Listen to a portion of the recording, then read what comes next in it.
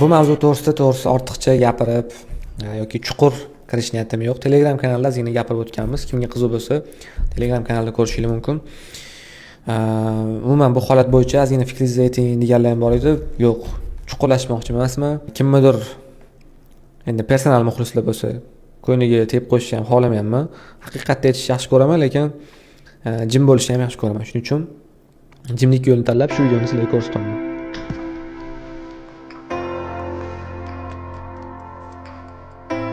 Oxirgi vaziyatlarni qanday ko'rasizlar? Nimalar bo'layotgan? Brunoni videolarini jo'ravini esa kommentariyalarda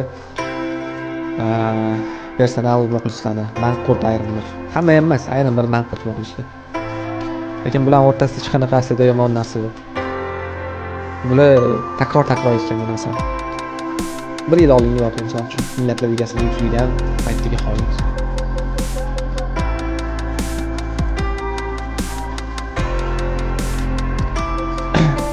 Muhitni buzilishiga ham aynan shunaqa muxlislarni bosim ham sababchi bo'lishi mumkin.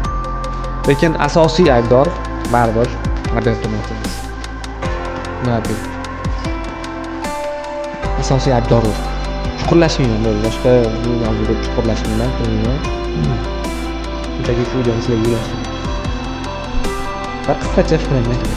Sizlar ham fikringiz bo'lsa, qoldirib nima haqida gap ketayotganini bilmayman.